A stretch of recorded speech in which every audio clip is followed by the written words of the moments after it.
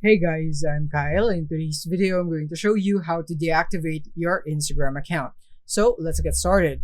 So first of all, open your Instagram app and log in. And from here, you want to tap on your profile on the bottom right of your screen, right here. So once you're here, you want to tap on the three horizontal bars on the top right of your screen, which is right here.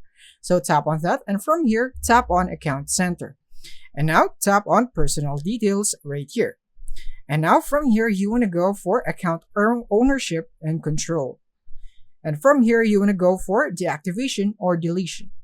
And from here, you want to choose the account that you want to deactivate. So of course, we're going to choose Instagram. And now tap on deactivate account, tap on continue.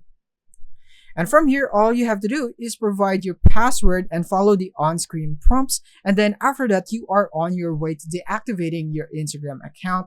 So after this one is very simple steps. So that is basically it on how you can deactivate your Instagram account. Thank you for watching.